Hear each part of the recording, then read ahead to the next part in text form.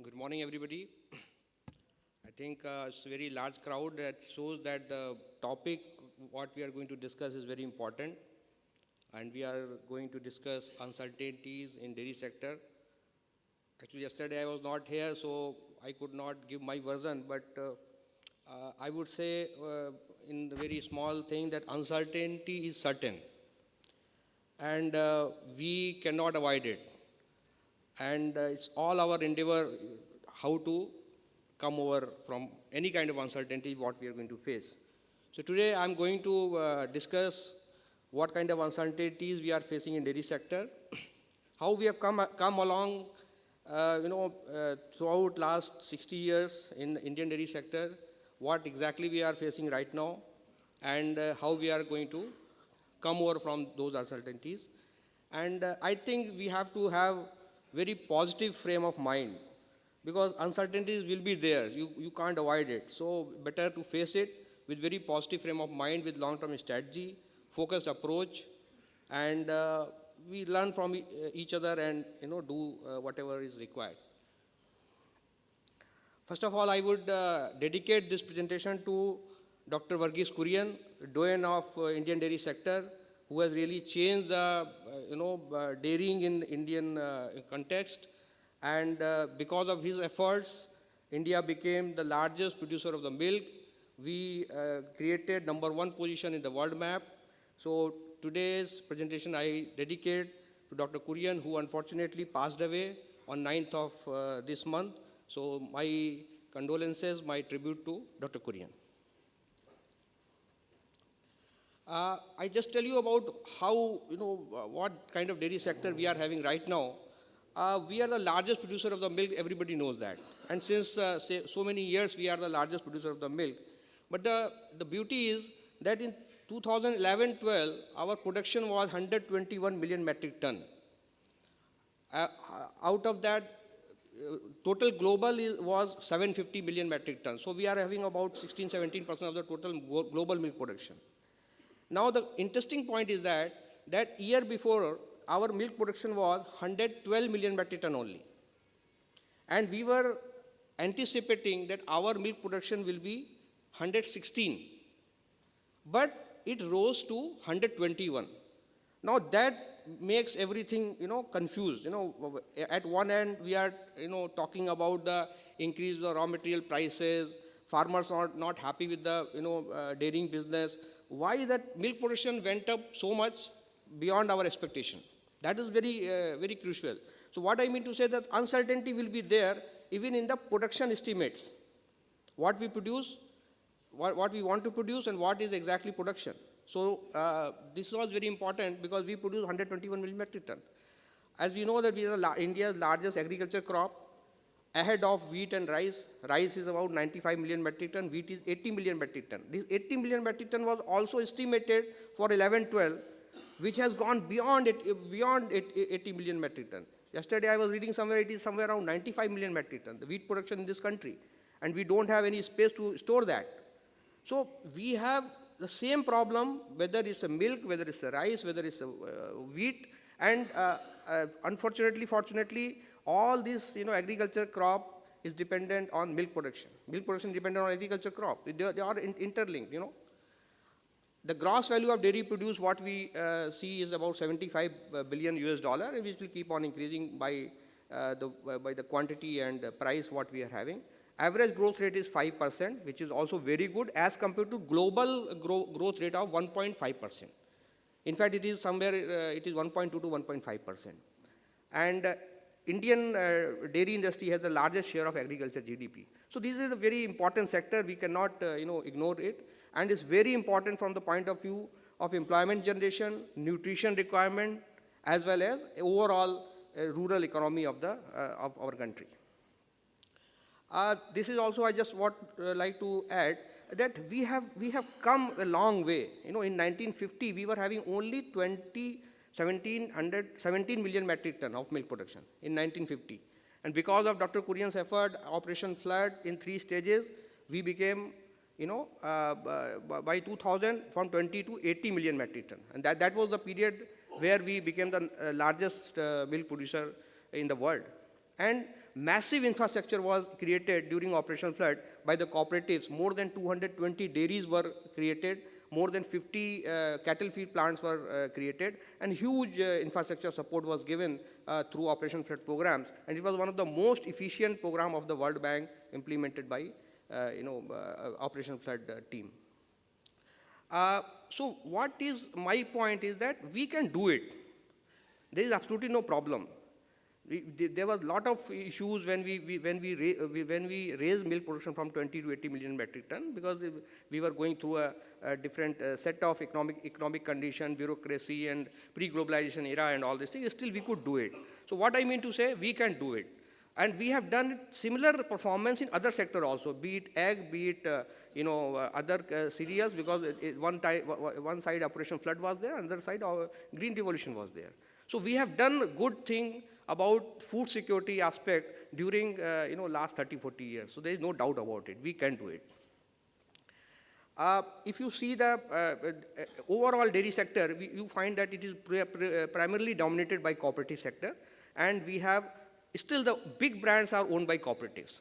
Whether it's Amul in Gujarat, or Vijaya in Andhra Pradesh, or Avin in Tamil Nadu, or Nandini in Karnataka, and Milma in Kerala, or maybe Varka in Punjab. So, but it is basically dominated by cooperative sector.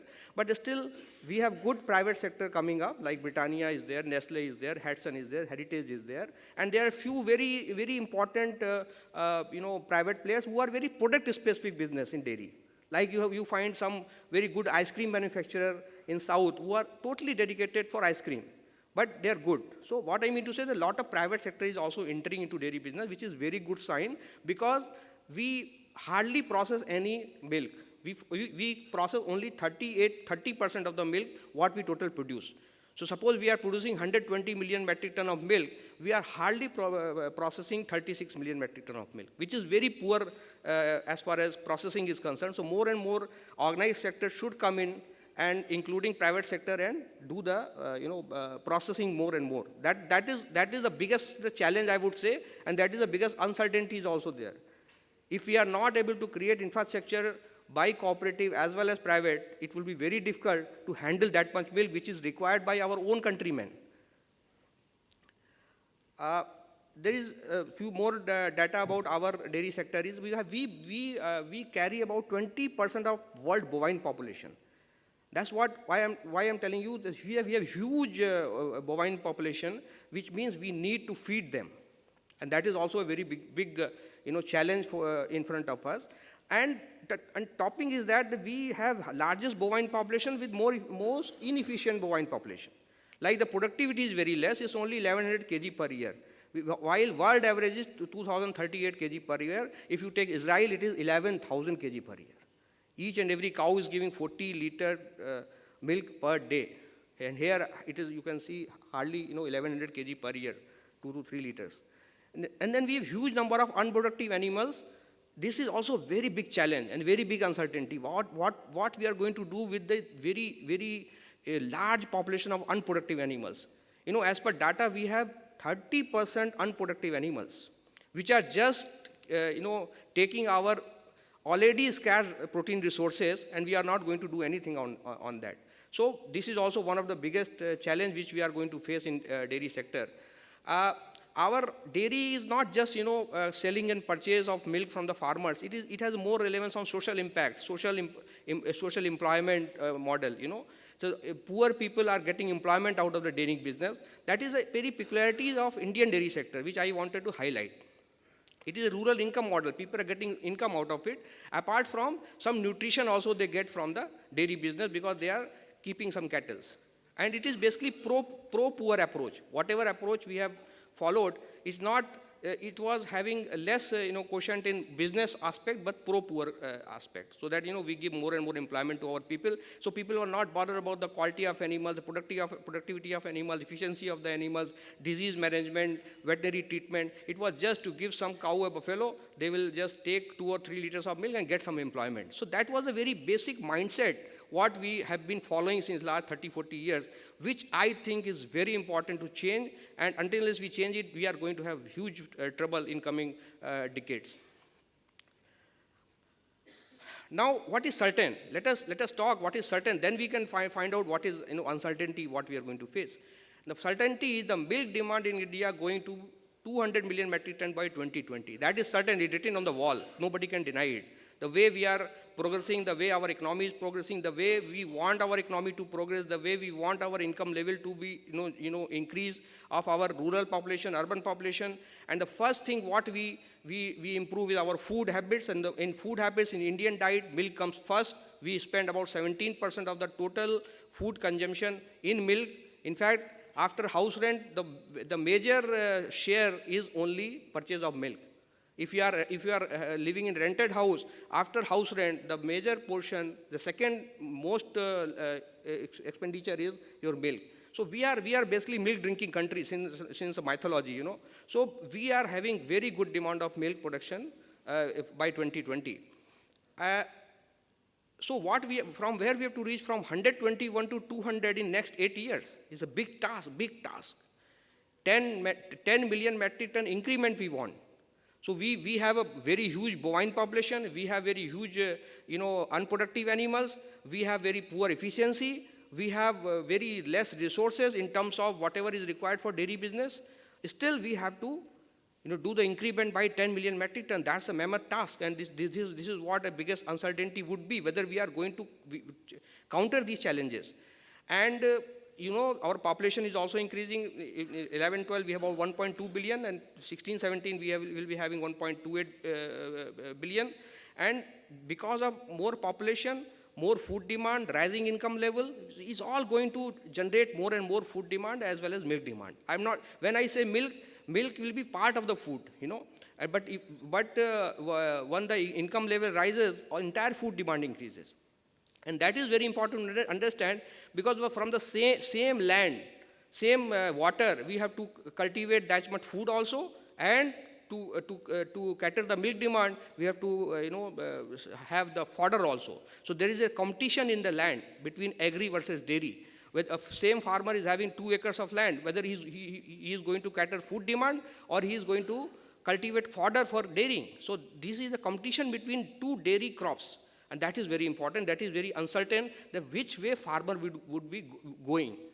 And that depends on so many things, realization, profitability, the market of that particular alternative crops and all things. So there is a competition between dairy versus crop, and between crop also, crop A versus crop B.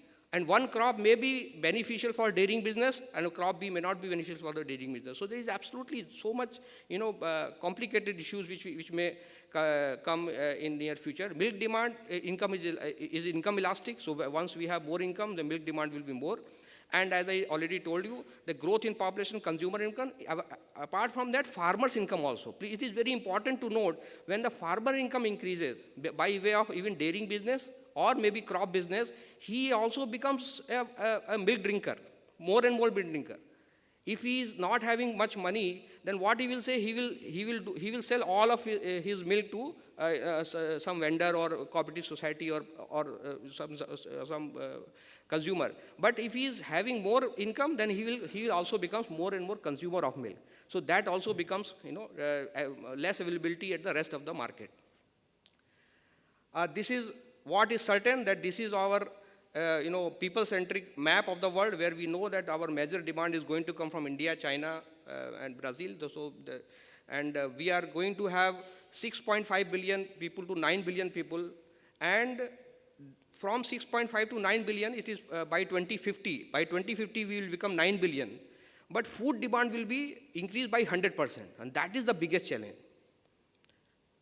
The population is not going to be double, but the food demand will be going to double because of the more and more prosperity which is going to come in entire world in near future, especially in India. So this is very important, and this is the real challenge for the entire sector, whether it's agriculture sector or dairying sector or aqua, whatever it is, poultry, that how we are going to cater this 100% increase in the demand.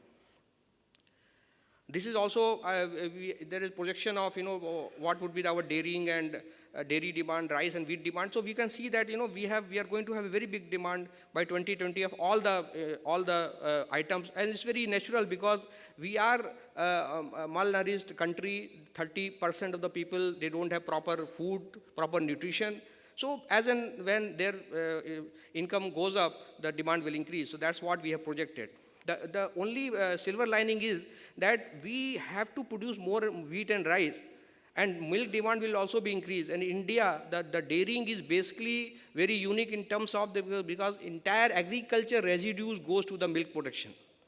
So once we are forced to have more wheat, more rice, so perhaps we'll be having more wheat straw, rice straw, and all non-edible agriculture crop-based protein which can be fed to the dairying system. So I think that is a silver lining because we have to produce that much wheat and rice also. Now, uncertainties I see in the world, it is, I would say, there's about 5, aspect I would say. One is food, which I have shown. Another side is feed, means, oil cakes I have shown. And fodder is also very important. Another uncertainty is also there, which is going to change the entire thing, because we have experience in last 1-2 years. It's a fuel, and I have shown a biofuel. So fuel and biofuel both are going to affect this, because we know that lot of, non-edible agriculture raw material is, used for biofuel. And perhaps there is a priority, there is an uncertainty whether which way world is going to use that, whether we are going first priority to biofuel or feed. So that is also important. And last is finance. We know that, economies are, crumbling sometime, one corner in the world, there is some problem, and then it really affects the entire, other countries' economy. So basically food, feed, fodder, fuel, and finance, all this is going to be a very, very uncertainty as far as, things are concerned in coming future. I would also say there is uncertainty in the weather. You people have seen the drought in US. That has led to a lot of problem in the corn market and corn production. And in India also, just two months back, most of the states were having, fearing the fear of drought. Now, after 1 month, there was floods, and there was sudden change in the weather. So this all, lot of uncertainty with which way things will go. Whether, in Saurashtra, in Gujarat, because of drought, entire, groundnut crop has failed. Now again, there is a lot of rain, but the crop is failed. So we are going to have a lot of problem as far as oil cakes are concerned for our feed business, because that's a problem. Still, you will see that, there is something which is very uncertain, which is very, very, very difficult to understand, that farmers are not happy. Farmers are not happy in dairying business. One picture I have shown where the farmers have thrown their milk in the field, that is in Belgium, and just 2-3 months back in Delhi, in Jantar Mantar, farmers have thrown their milk. So why farmers are not happy? That is the biggest uncertainty, because please understand, farmers have to be the core of our business. If they are not happy, we cannot decide anything about what will happen in future. That is the biggest uncertainty, whether farmers is going to be attached with the business where they are doing. So whether you go to Europe or US or UK or India, everybody, everywhere milk farmers are not happy. So that is also very important, whether our policies, whether our methodology, whether the way we are doing business with our farmers, whether we are making our farmers unhappy. And that is the biggest uncertainty as far as my approach is concerned. Because I think that farmers or whosoever is producing should be happy. Then only we can say that, we are going to produce whatever we want. And it's a global phenomenon. The uncertainties, what I have, categorized, that there is uncertainties in, all the 4 major aspects of dairying business. Whether it's the input means, pre-production aspect, then production, processing, and market. And we cannot just see the thing in isolation. Let me tell you the Amul experience, what I have studied, that the biggest strength of Amul strength is a complete package. It's an integrated model. And I would show how it is integrated and whether we need to design integrated model for rest of the business also, rest of the items also, rest of the food products also. That is very important. Perhaps that integrated model has ensured our Amul farmers to stick with the business, what they are doing, and perhaps we are slightly better than the rest of the country. So we are going to have a huge pressure on milk production, that is 120 to 200 million metric ton. That will be huge because every year we have to increase. Yeah, every year we have to increase by 10 million metric ton.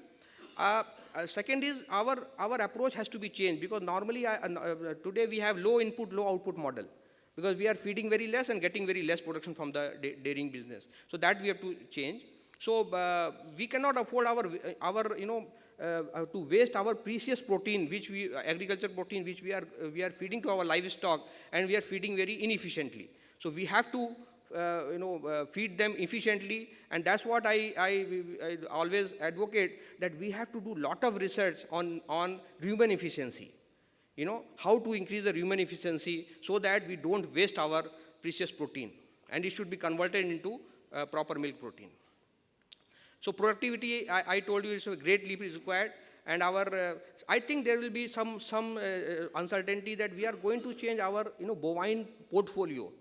Today we have 45% indigenous cattle, only 10% crossbred cows. I think that's going to be increased in near future. Maybe it will go up to 30% crossbred cows and all. And we have to also do a lot of things on extension, awareness level, poor feeding management and all. See, this is also very uncertain. The de-oiled rice bran, which was prevailing at 4,000 rupees a ton in January 2012, it is 10,500 rupees. So there is no certainty on the raw material price. It is gone haywire. We never expected that after 6 months it will be 3 times. That is very important. There is also problem with the dairying, that it's not considered as an agriculture business by government, our Indian government. So there is no institutional credit. There is we have to ask whether it is dairying agriculture. So that is very important. This is also very important that we are going to have almost a scarcity in the fodder demand, fodder and feed demand. And figures may be a little bit here and there, but you see 2015, 20, 2025, we are going to have scarcity of green fodder by minimum 70 to 75%. This is very important, that our uncertainty is there toward government policy. We don't have long-term strategic policy towards dairy, and we don't have any control on the export of cattle feed raw materials. That is really damaging our Indian dairy sector. Priorities are not there, whether we have to take dairying as a priority. Market price control is also very important. Most of the states, state governments are deciding the price, and which perhaps is not giving the best price to the farmer.